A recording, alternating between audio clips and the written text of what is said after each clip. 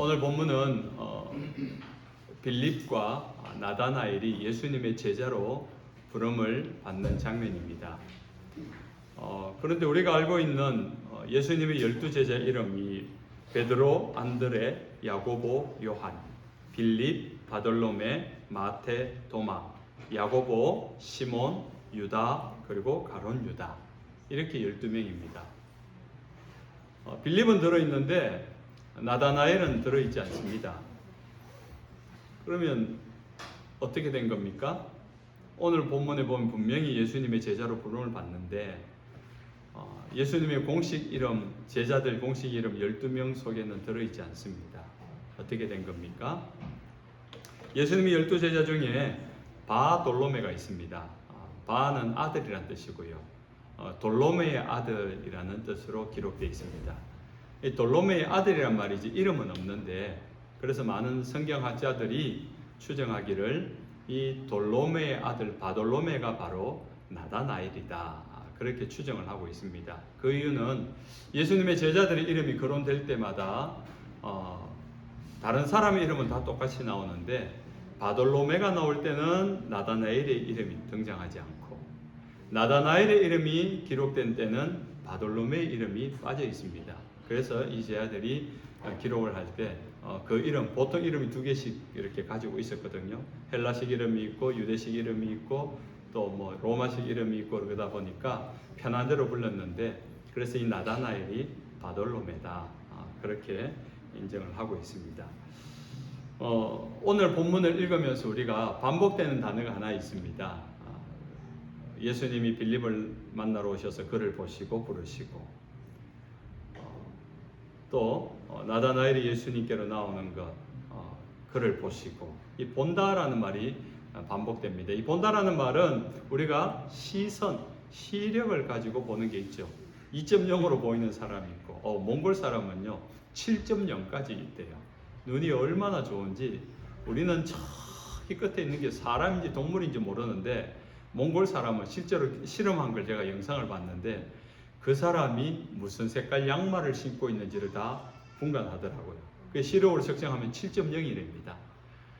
우리나라에서는 뭐 2.0만 돼도 아주 좋다 이러는데, 뭐 저처럼 이제 뭐 1.0, 0.1이어서 안경을 써야 되는, 그래서 이 시력으로 보이는 것, 보여지는 것, 이렇게 보는 것이 있고요.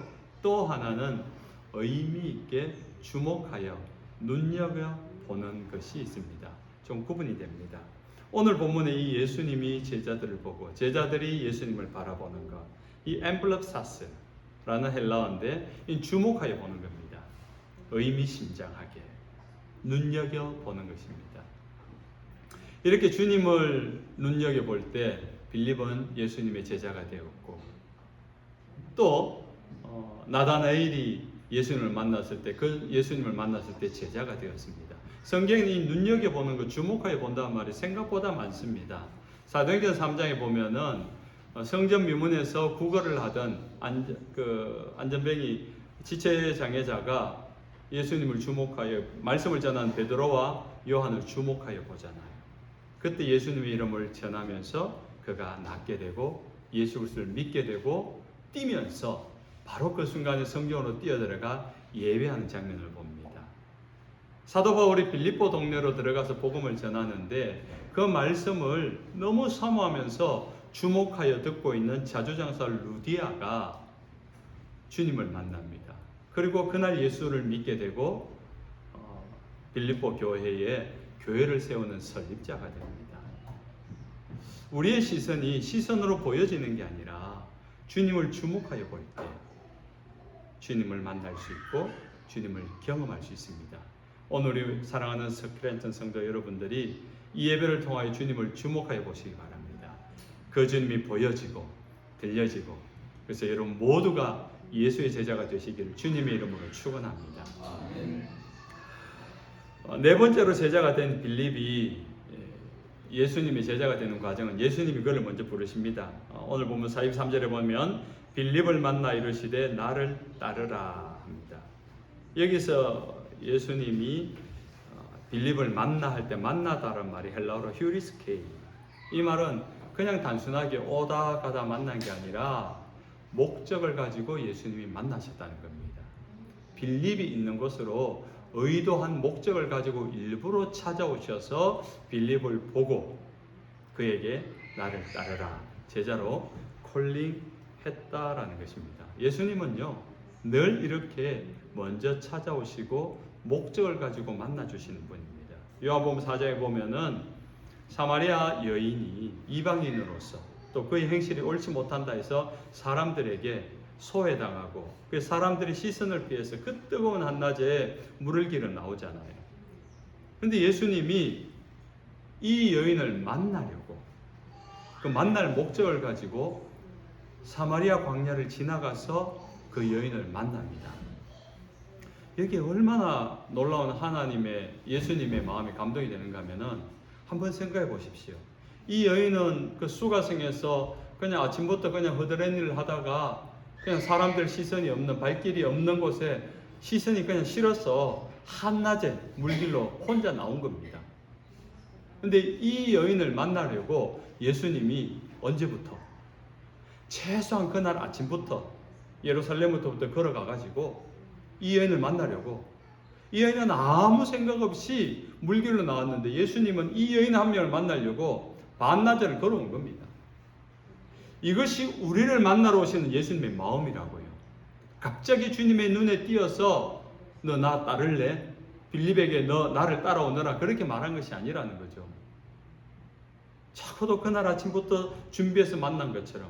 그래서 시편 139편에 하나님이 준비하심이 어느 정도인가 하면은 하나님이 나를 모태의 어머니의 뱃속에 잉태하기 전부터 우리를 향한 계획을 가지고 계시다. 그런 하나님의 계획이 너무 놀라서 옛날 개혁한권에는 신묘막측하다. 신기하고 놀라운 일이다. 있을 수 없는 일이다. 그런 표현을 시편 기자가 표현을 했어요. 하나님이 우리를 부르시는데 택하시는데 그냥 어느 날 마음이 내켜서 불러주신 것이 아니라 이미 하나님이 엄마의 뱃속에서 우리가 형체가 이루기 전에 성경에 그대로 나와 있어요. 어머니의 그 자궁 안에 자그마한 콩알보다 더 작은 형체가 이루기도 전에 하나님이 우리를 보셨고 우리를 향한 인생에 대한 계획을 가지고 계셨다. 그렇게 보시고 그렇게 하나님의 때가 되었을 때 우리를 찾아오셨다는 겁니다. 얼마 전 우리 거라사에 군대 귀신 들린 사람 이야기를 했잖아요. 그 장면도 보면은 예수님이 베세다 광야에서 기적을 행하시고 갈릴리 바다를 배를 타고 건너서 거라사 지역에 들어와서 사람들이 얼씬도 하지 않는 그 무덤 사이에서 소리 지르고 날마다 자기 몸을 돌로 상하게 하고 있는 귀신 들린 그 귀신이 한두 마리가 아니라 2,000마리나 되는 군대 귀신이 들린 그냥 포기할 수밖에 없는 부모도 가족도 다 포기해버린 그 사람을 예수님이 찾아오시는 거예요. 그를 만나려고 아침에 일찍부터 배를 타고 와서 만나주십니다. 그리고 그를 구원해 주십니다. 고쳐주십니다. 그리고 바로 돌아가요. 얼마나 감동스럽습니까? 세상이 포기하고 주변 사람들이 포기해버린 그 한 사람을 위하여서 예수님이 그 배를 타고 와서 그 한 사람을 만나고 고치고 나서 돌아가는 오직 그 한 사람을 위하여 시간을 내시고 오직 그 한 사람을 위하여 목적 한 발을 가지고 만나러 오셨다는 겁니다. 그게 왜 은혜가 되는가 하면은 예수를 믿지 않는 저 같은 사람이 예수를 믿게 된 게 16살 때 처음 교회를 가게 됐어요. 저는 교회를 가게 된 게 누가 전도해서 가게 된 게 아니라 그냥 사춘기 때의 감성으로 내 친구들이 주일 일요일만 되면 사라지는데 가보니까 동네 교회로 가는 거예요. 쟤들이 저기서 뭐 하나. 난 예수를 안 믿었고 우리 집안은 불교와 샤머니즘에 아주 깊은 그걸 갖고 있었으니까. 그런데 보니까 1시간쯤 2시간쯤 기다리다 보니까 마치고 애들 우르르 나오는데 중고등학생들이 여학생들하고 같이 나와서 사이좋게 노는 거예요. 16살에 사춘기 충만한 소년이 그 장면을 보니까 너무 부러운 거예요. 야, 교회 재밌겠는걸? 내 발로 교회를 찾아갔습니다. 예수님이 궁금한 것도 아니고요. 하나님을 믿는다는 거 천국과 지옥이 궁금한 거 아니고요. 그냥 남학생, 여학생 어울려 노는 게 너무 신기하고 재밌었어. 갔습니다. 가니까 교회에서 환영을 해주고 뭐 잘한다 칭찬해주고 교회 간 게 너무 재밌었습니다. 그래서 열심히 다녔습니다. 열심히 다니니까 더 칭찬해주고요, 더 인정해주고요. 세상에 임원을 시켜주네요. 중학교 가자마자, 교회 가자마자 2학기 하반기 되니까 봉사부장 제일 먼저 했습니다. 교회 청소하는 일이었어요. 열심히 청소했습니다. 교회를 다 쓸고 닦고요. 재래식 화장실이었는데 토요일마다 가가지고 그 막 오물을 다 막 솔로 꺾어내고, 우리 교회 앞에 하천이 흐르는데 거기서 물을 길러 와가지고 그 부어가면서 깨끗이 청소했습니다. 그러니까 교회에서 칭찬이 자자하죠. 인기가 올라갔습니다. 고등학교 1학년 때 총무를 했습니다. 고등학교 2학년 때 학생회장을 했습니다. 인기 투표입니다. 교회 임원은. 학교에서 공부 잘해가지고 뭐 상 받아본 적은 없는데 교회에서 얼마나 잘했는지 학생회장이 됐습니다. 예수는 안 믿었습니다. 안 믿어졌습니다. 그때 주일학교 교사를 했습니다. 제가 아는 게 있어야죠. 그러니까 생명의 양식이라는 공과책을 주길래 그걸 달달달 외워가지고 2페이지였어요. 외워가지고 주일날 아침에 우리 반 아이들을 맡았습니다. 그런데 그 반이 그 해에 1등을 했습니다. 우리 반이 출석률이 제일 좋았어요. 신기하죠? 내가 예수를 안 믿는데. 내가 안 믿는데도 우리 반이 부흥을 해요. 내가 안 믿는데도 내가 복음을 전하면 애들이 예수를 믿어요. 나는 안 믿었어요. 신기하지 않습니까? 나는 그냥 교회가 좋아서, 칭찬이 좋아서, 사춘기 때 여학생이 좋아서 그렇게 교회를 다녔습니다. 고등학교 2학년 때 학생회장이 되어서 수련회를 인도했습니다. 기도회도 인도하고. 그때는 다 그랬잖아요. 학생들이 다 했습니다. 그리고 이 수련회가 성공적으로 끝나려면은, 내가 회장으로 있는 동안에 성공적으로 끝나려면은 잘해야 되잖아요. 그래서 열심히 기도했습니다. 열심히 찬송했습니다. 그러다 성령을 받아버렸습니다. 수련회 가서 그날 성령을 받아버린 거예요. 그러니까 그때까지 안 믿어지던 예수가 믿어지는 거예요. 그때 이후부터 예수를 부인할 수 없었습니다. 주님을 봐버린 거예요. 주님을 만나버린 거예요. 주님의 음성을 들어버린 거예요. 성령께서 내 안에 내 죄가 뭔가를 그냥 다, 나도 몰랐던, 나도 기억하지 못했던 어릴 때의 죄까지가 다 그냥 보여진 겁니다. 누가 한 거예요? 목사님이 말한 것도 아니고, 내 친한 친구가, 내 비밀을 아는 친구가 말한 것도 아니고, 그 친구도 모르는 나만의 숨겨진 은밀한 죄를 다 드러내버린 겁니다. 꼼짝없이 주님을 믿게 되었습니다. 그 주님을 따를 수밖에 없게 된 거예요. 그래서 생각했습니다. 내가 내 발로 찾아간 교회라고 생각했는데 주님이 나를 찾아오신 것이었고, 주님이 이미, 이 말이 적절할지 모르겠습니다, 나를 가스라이팅했다. 나를 가스라이팅해서 교회를 안 가면 안 되도록 이미 만들어 놓으셨다. 그래서 구원받은 사람들이, 하나님의 은혜를 경험한 사람들이 이구동성으로 말하지요. 난 내가 먼저 예수를 믿다고 생각했는데 주님이 나를 믿게 만들었다. 그래서 나의 구원은 이미 예정되어 있다. 이런 의미에서 우리 장로교단에서는 예정론이 있어요. 내가 우연히 예수를 믿은 것 같은 그게 아니라, 믿고 보니까, 하나님의 은혜를 알고 보니까 이미 하나님 나를 사랑하셨다. 나를 구원하기로 작정하셨다. 그게 예정론입니다. 내가 오른손을 지금 들 것이다. 머리를 끌걸까요? 안 끌걸까요? 이게 예정론이 아니고요. 우리의 구원이 주님께서 구원받고 보니까 하나님의 사랑이 이미 나보다 먼저 사랑하고 계셨다. 어머니의 자궁 속에 형체가 이루어지기에 주님이 먼저 나를 구원하시고 사랑하셨다. 그것을 이야기하는 겁니다. 그래서 주님을 만났을 때 예수님이 빌립을 향하여서 나를 따르라 이야기합니다. 따르다는 헬라어가 아콜로데인데 지속적으로 따르라는 거예요. 지속적으로 나를 따라오라고 말하는 것은 주님께서 지속적으로 나를 부르면서 나를 계속해서 나에게 콜링한다는 겁니다.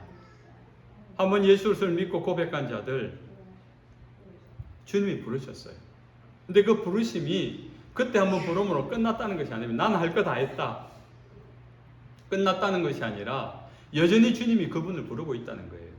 우리 스크린텐 교회에 나오다가 나오지 않는 성도들, 오래된 성도들, 제가 여기 오기 전에 이미 있었던 성도들, 얼굴도 본 적이 없지만은 이 교회를 다녔던 성도들이 있다 그래요. 그분들이 지금 교회를 다니는지 안 다니는지는 모르겠습니다. 근데 아마 지역 교회가 없으니까 다니지 않는 것 같아요. 아니 미국 교회를 정도를 다니고 있는지 모르겠지만은 제가 가진 정보에 의하면 대다수가 지금 교회는 안 다니는 걸로 알고 있습니다. 그런데 주님이 너는 구원도 받았고 너는 집사의 직분도 받았고 세례도 받았고 장로도 받았는데 할 만큼 하지 않았느냐? 지금 그러면은 난 할 만큼 했다. 너에게 은혜를 베풀었다. 그래서 무관심한 게 아니에요. 지금도 여전히 부르고 계신 거예요.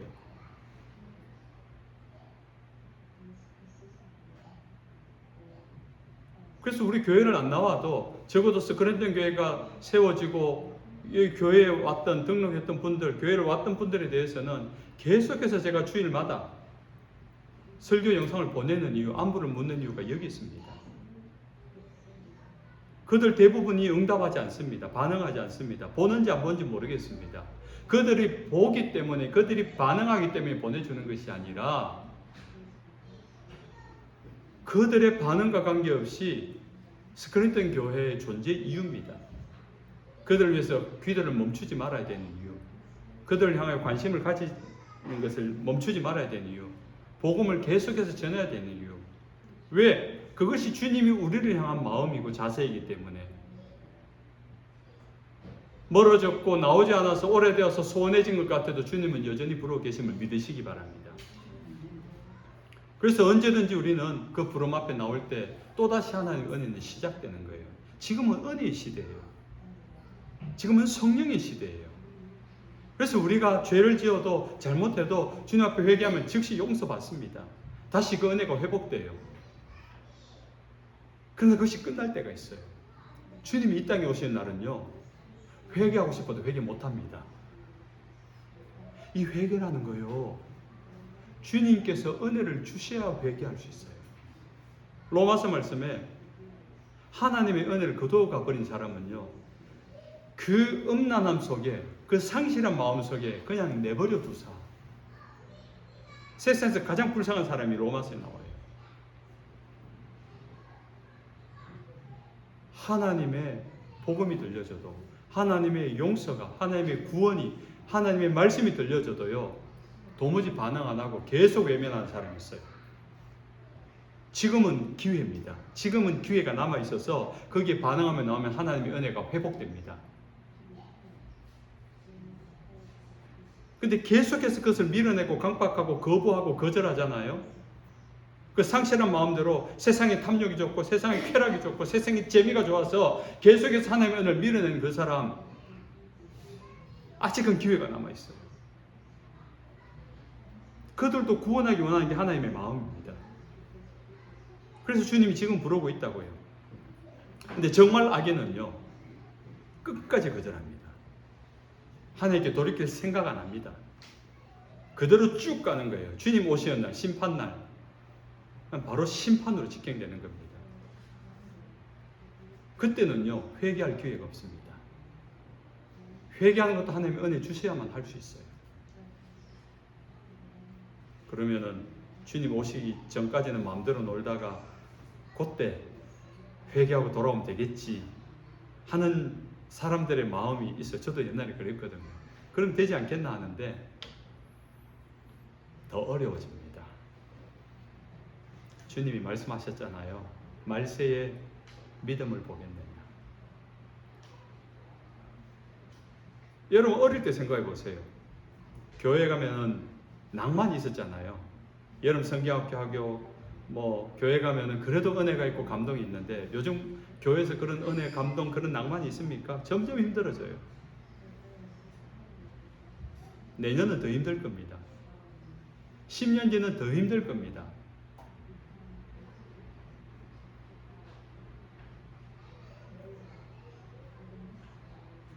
학교 안에 주변에 대학교뿐만 아니죠. 대학교는 지금 미국의 대학교들은 이미 동성연애라든가 이런 것들이 그냥 합법화가 아니라 오히려 권리가 되어버렸어.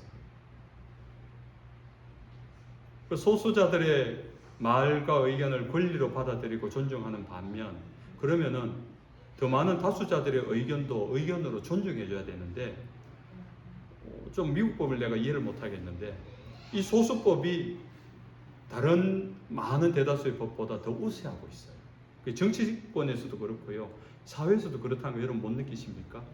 공평한 법 적용이 아닌 거예요 지금. 근데 세상이 그렇게 바뀌어가고 있다고요. 미국이 그렇고요, 유럽은 이미 그렇게 됐고요, 한국도 그렇게 되어가고 있습니다. 그런 가운데 여러분, 뭐 미국은 그렇다 하대요. 강단에서 동성애에 대한 설교 반대하고 이러면은 그 뭐 안 된다면서요. 오늘 이 방송을 보다가 FBI가 저를 찾아올지 모르겠습니다만, 죄는 죄예요. 성경이 죄라고 하는 건 죄라고요. 그러나 동성애자를 혐오하지는 마십시오. 예수님이 사랑한 사람은 다 죄인들이었어요. 동성애자만 죄인이 아니라, 음란한 사람은 죄인이 아니라, 그냥 도둑질한 사람만, 살인한 자만 죄인이 아니라, 우리 속에 악심을 품고 분노를 품고 미워하는 마음이 있고, 그게 다 죄인이에요. 똑같은, 주님 할 때는 똑같은 죄인이라고요. 특정한 죄인을 우리가 혐오하는 것, 그거는 우리가 잘못된 거예요. 그래서 그 죄는 거절하되 죄인은 사랑하면서 주님의 용서 가운데로 이끌어가야 됩니다.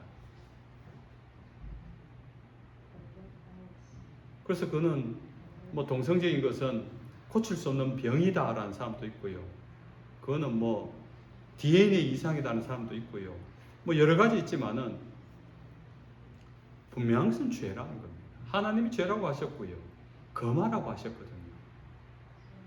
그리고 그들을 주님 앞에 데려왔을 때 고침을 받았습니다. 불치병이 고침을 받았습니다. 우리는 그런 예수님을 믿는 거예요. 그래서 그들을 위해서 기도하고, 어느 날 이곳에 동성 커플이 올 수도 있습니다. 우리는 그들을 사랑하고 환영해야 돼요. 그 준비해야 돼요. 그러나 그것이 죄라는 것은 가르쳐야 돼요. 그것이 교회의 역할입니다.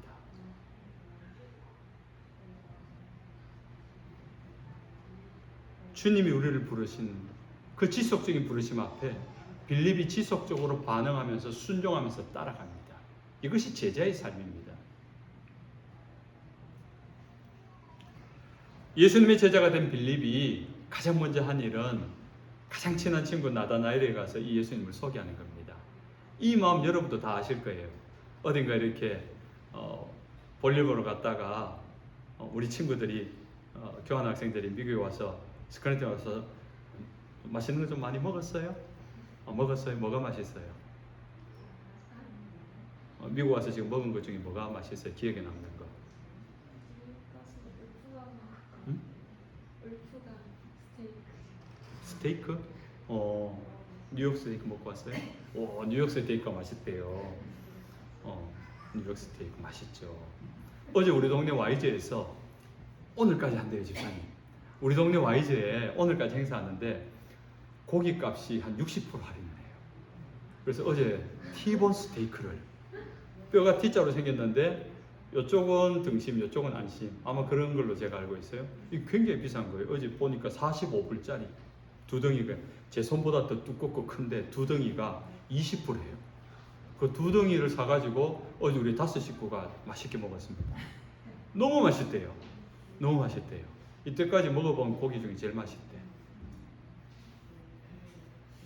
이렇게 맛있으면 어떻게 합니까? 좋아하는 여러분에게 소개하잖아요. 뉴욕 스테이크 맛있다 이러면서 SNS에 올렸을 거예요 아마. 인스타 막 별그램에 막 올려 그러잖아요. 우리가 어딘가 맛있는 거 있으면 제일 먼저 누구를 생각해요? 내가 좋아하는 사람, 내가 사랑하는 사람, 내게 소중한 사람에게 알리든지 다음에 데리고 와요. 빌립이 너무 좋은 걸 발견했어요. 예수님을 만난 겁니다. 메시아신 그분을 만나니까 견디지 못하고 자기의 가장 친한 친구 나다나엘에 가서 와보라, 내가 그리스도를 만난다. 얼마나 들뜬 마음으로 전해요. 그는 나사렛 예수다. 우리에게 이스라엘이 기다리는 그 메시아인데 그는 요셉의 아들 나사렛 예수라. 막 자신 있게 기분 좋게 알리는 겁니다. 그러니까 나다나엘이 듣고 나서 시큰둥합니다. 시큰둥한 이유가 뭡니까? 그의 대답에 나오죠. 나사렛에서 무슨 선한 것이 있겠느냐. 나사렛으로 치면은, 오늘날로 치면은 뭐라고 해야 될까요? 뭐 세계적으로 일단 유명한 데니까 제가 비하하는 건 아니고요. 뉴욕에 뭐 할렘가 이런 데 있잖아요. 막 가난하고 범죄가 많고 막 지저분하고 뭐 험한 곳. 그래서 애를 여기서 낳아서 키울 수 있을까 싶은 그런 곳. 그런 곳에서 무슨 이렇게 험하고 이렇게 천한 곳에서 가장 고귀한 메시아가 태어난단 말이야. 그건 거짓말이야. 있을 수 없는 일이야. 그래서 한마디로 쐐기를 딱 박죠. 나사렛에서 선한 것이 날 수 없는 이유는 이 나다나엘이 율법에 대하여 하나님의 말씀에 대해서 정통하기 때문인데, 그래서 미가서 5장 2절에 이런 말씀이 있어요. 베들레헴 에바라다야, 너는 유다 족속 중에 작을지라도 이스라엘을 다스릴 자가 내게로 나올 것이라.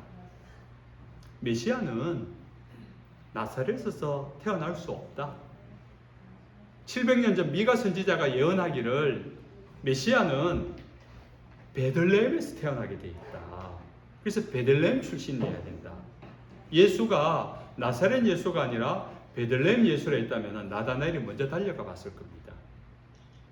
근데 예수님이 아무리 활동을 하고 명성이 있어도 나다나엘이 관심이 없었던 이유는 그가 나사렛이기 때문에, 나사렛 출신이기 때문에, 그래서 관심이 없고 거기서 올 리가 없다라는 겁니다. 그런데 굉장히 재밌는 게 이 빌립이 나다나엘에게 그렇게 소개를 하잖아요. 그래서 40절에 나다나엘이 이르되 나사렛에서 무슨 선한 것이 날 수 있느냐 하니까 빌립이 이르되 와서 보라. 이 대화가 저는 너무 재밌는 거예요. 묵상하는데 자기가 만난 예수님이 너무 좋아가지고 와봐라, 나다나엘아 와봐라, 예수님 메시아 맞다 하니까 막 나다나엘이 자기가 가진 지식과 정보를 가지고 그 율법을 가지고 나사렛 같은 어떤 동네에서 무슨 선한 그 메시아가 날 수 있느냐, 메시아는 베들레헴에 태어난다 막 이러면서 논리 정연하게 딱 거절하면서 공격을 하는데 빌립은 들은 적도 안 하고 와봐, 막무가내 와봐. 그가 어떤 논리를 가지고 설득을 해도 빌립은 와보라는 겁니다. 율법에 기록된 것과 다른 예수님인데도 와보라는 겁니다. 왜 그랬을까요? 그가 예수님을 경험했기 때문이에요. 그가 메시아를 만났기 때문이에요. 여러분, 아무리 뛰어난 논리가 있고 아무리 합리적인 생각과 이론을 가지고 이야기를 해도요, 직접 경험해버린 사람에게는 이기지 못합니다. 내가 받는 걸, 내가 낳았는 걸, 내가 경험했는 걸, 내가 경험한 나의 그 일을, 나의 경험을 네가 무슨 논리로 이야기해 본들, 이거는 설명이 안 되는 겁니다. 여러분, 논리가 이길 겁니까? 경험이 이길 겁니까? 이론이 이길 것 같습니까? 체험이 이길 것 같습니까? 나다나엘이 이겼을까요? 빌립이 이겼을까요? 빌립이 이겼습니다. 나다나엘이 비교할 수 없이 학문적이고 지성적이고 논리적이고 합리적이고 이론적입니다. 철저하게 근거를 가지고 율법을 가지고 이야기하는데 빌립은 그건 모르겠고 와봐, 내가 만난 예수님 너 한번 만나봐. 끌려갑니다. 나다나엘이 끌려가요. 끌려서 예수님에게 갖게 된 거예요. 그렇게 나오는 나다나엘을 보자마자 예수님이 뭐라고 이야기합니까? 보라, 이는 참으로 이스라엘 사람이라, 그 속에 간사한 것이 없도다. 예수님이 보자마자, 나다나엘을 보자마자 두 가지를 이야기합니다. 보라, 이는 참 이스라엘, 진짜 이스라엘 사람이다. 그 말은 이스라엘의 이름 자체가 야곱이 하나님과 씨름하여 이기면서 야곱이라는 이름 대신 하나님이 주신, 하나님과 겨루어 이긴 자라는 뜻으로 하나님의 백성에 주신, 하나님이 그 백성에게 직접 쥐어준 이름이 이스라엘 아닙니까? 그가 참 이스라엘 사람이라. 하나님의 사람, 하나님을 기다리는 사람, 하나님을 사랑하는 사람, 하나님을 믿고자 하는 사람, 그 중심을 가졌다는 거죠. 그의 중심은 간사한 것이 없다. 간사함이 뭐예요? 여러분, 간사합니까? 간사합니까? 저는 간사한 사람이에요. 뭘 고개를 끄덕끄덕해요. 네. 저는 청소년 선교단체 간사 출신입니다. 간사했던 사람입니다. 그런데 이 간사가 아니고요. 이 간사는 규칙과 원칙과 관계없이 이익에 따라서 움직이는 사람, 왔다 갔다 하는 사람을 간사함이라 그래요. 여러분, 간사한 사람 되면 안 돼요. 이랬다 저랬다 하는 사람은 안 돼요. 줏대 없이 기준 없이 막 내 그냥 이익이 되고 지금 잠깐 내한테 뭐 좋다고 그냥 이랬다 저랬다 하면 안 되는 겁니다. 간사한 사람 되면 안 돼요. 근데 그 당시 간사한 사람이 많았던 것 같아요. 로마 제국의 어떤 그런 힘의 제압에 못 이겨서 그냥 신앙을 버리고, 대제사장 기득권층의 어떤 그런 외압에 못 이겨서 그냥 신앙을 그냥 종교적으로 가버린 그런 간사한 사람이 아니라 오직 하나님을 사모하는 그 이스라엘이라는 이름을 가진 자로서 주님을 정말로 메시아를 기다렸던 순수한 마음을 가졌던 사람. 근데 그 사람이 지금 예수님을 부인하고 있어요. 부인하고 부정하고 나사렛 뭐 선한 거 없다. 그 사람이 선하지 있을 수가 없다. 그렇게 부인하는데, 나를 인정하지 않는데 예수님은 오히려 그 나다나엘을 인정하고 칭찬하고 있습니다. 그러고 나서 나다나엘이 한 말을 하죠. 뭐라고 이야기합니까? 빌립이 너를 부르기 전에 내가 무화과 나무 아래 있을 때 보았다. 이 말에 나다나엘이 충격을 먹습니다. 그리고 고백합니다. 도대체 이 얘기가 무슨 말인데? 무화과 나무 아래 있을 때 보았다는 게 이게 무슨 말인가? 빌립이 나다나엘을 보기 전에, 이 말은 뭐 두 가지 의미로 해석할 수 있는데, 지금 예수님을 만나서 빌립이 너무 좋아서 나다나엘을 쫓아가서 나다나엘을 만나던 현 시점일 수도 있고요.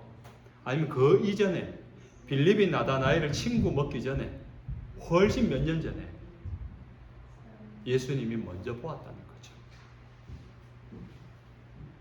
지금 예수님과 나다나엘의 만남은 첫 만남입니다. 그런데 보았다고 해요. 언제 있을 때? 무화과 나무 아래 있을 때. 무화과 나무 아래 있다는 것은 유대 문화의 관용구와 같은 겁니다. 무화과 나무 잎이 넓잖아요. 넓어서 그늘이 좋아요.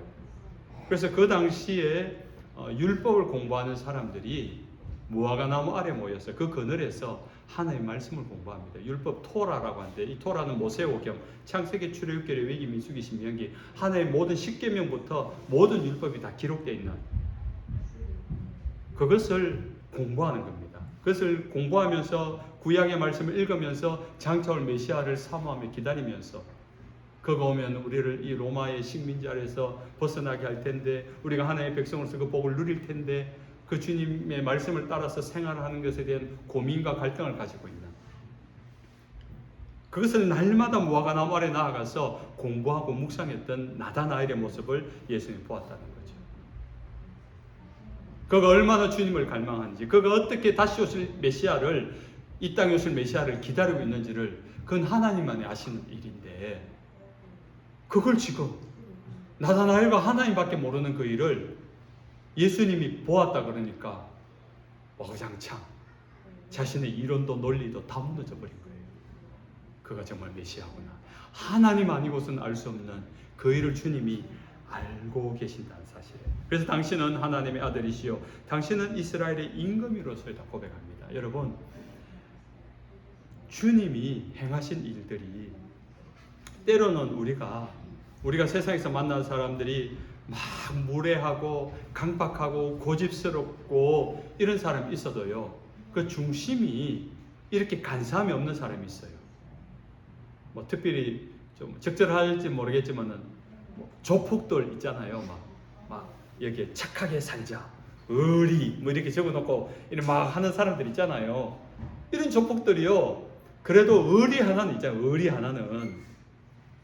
그래서 한번 맺은 그 인연과 친분 관계는 목숨을 걸고 지켜주는 게 뭐 이 조폭들의 의리 뭐 그런 말이 있는 것처럼, 그 중심이 한계 뜻을 정하면 목숨 걸고 가는 것처럼 그 방향만 바꿔놓으면 되는 거예요. 사울이 대표적인 사람입니다. 사울이 율법을 공부하고 똑똑해요. 가말리엘 문화 최고 학문입니다. 최고 석하게 배웠던, 지성적이죠, 이론적이지요. 태어날 때부터 다이아몬드 수준입니다. 유대인 중에 유대인, 히브리인 중에 히브리인, 바리새파 중에 바리새파. 그러면서 로마 신비권까지 가졌네. 돈과 권력을 가졌다는 겁니다. 그런 사람이 똑똑하기까지 합니다. 그런 사람이 그의 똑똑함을 가지고 그 당시 예수 믿는 사람들, 다 색출에 잡아 죽이는 겁니다. 왜? 그건 그 당시 이단이었습니까? 그런데 그런 사울을 예수님이 심장마비 일으켜서 데려가지 않고 오히려 그를 만나 주셔서 그의 열심과 그의 열정과 그의 똑똑함을 오히려 예수의 복음을 전환자로 바꿔주십니다.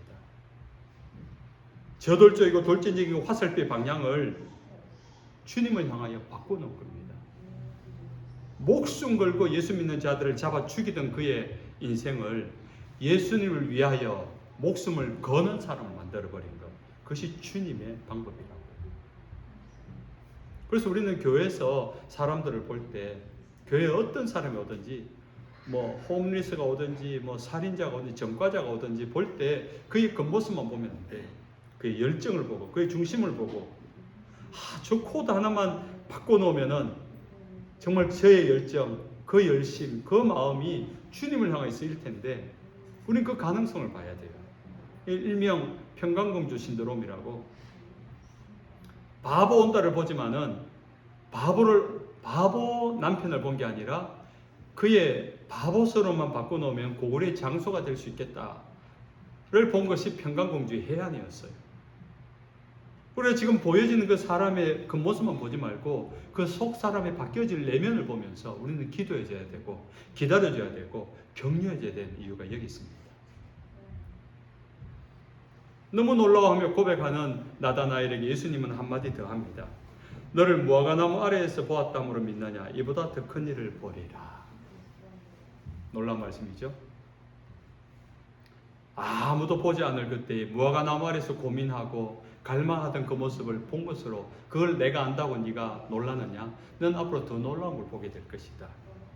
실제로 이제 1장이 끝나고 다음 주 이제 2장 들어가면은 가나 혼인잔치에서 물이 변화의 포도주가 되는 그 기적을 자기 눈으로 목격을 해요. 그때부터 시작된 하나님의 놀라운 기적, 예수 그리스도의 놀라운 기적이 계속해서 가는 곳마다, 마을마다, 동네마다, 사람마다 일어납니다. 그것을 목격하게 돼요. 그뿐입니까? 메시아신 예수님이 고난당하심과 눈앞에서 죽으심과 또 그가 살아나심을 보게 됩니다. 그것뿐입니까? 그 부활하심 이후에 주님께 사명을 받은 자로서 자기가 제자의 삶으로 이 나다나엘이 전 세계 세상 밖으로 나라들마다 동네들마다 다녔는데 마치 예수님처럼 기적이 나타나고 능력이 나타나고 복음을 전한 곳마다 사람들이 변화되는, 자신이 주님을 만났을 때처럼 그들도 똑같이 변화되는 것을 보게 된 겁니다. 말씀을 맺습니다. 사랑하는 하나님의 백성 여러분, 여러분 지금 무엇을 보고 계십니까? 여러분 요즘 무엇에 관심을 가지고 계십니까? 주님이 보이십니까? 주님께서 행하신 일들이 보이십니까? 날마다 우리에게는 주님이 찾아오시고 먼저 우리를 찾아오시고 보시고 부르시고 함께 동행하기 원하십니다. 그 주님 앞에 응답하면서 그 주님과 동행하십시오. 그렇게 날마다의 삶들 속에 우리의 시선이 주님을 바라보십시오. 주님께서 오늘 또 무슨 일을 행하셨다는 것을 또 목격하시면서 여러분의 삶이 주님의 더 놀라운 일들을 날마다 보고 감격하고 또 날마다 놀라운 일들을 행하시는 저와 여러분 되시길 주님의 이름으로 축원합니다. 아멘. 찬송하겠습니다. 찬송가 461장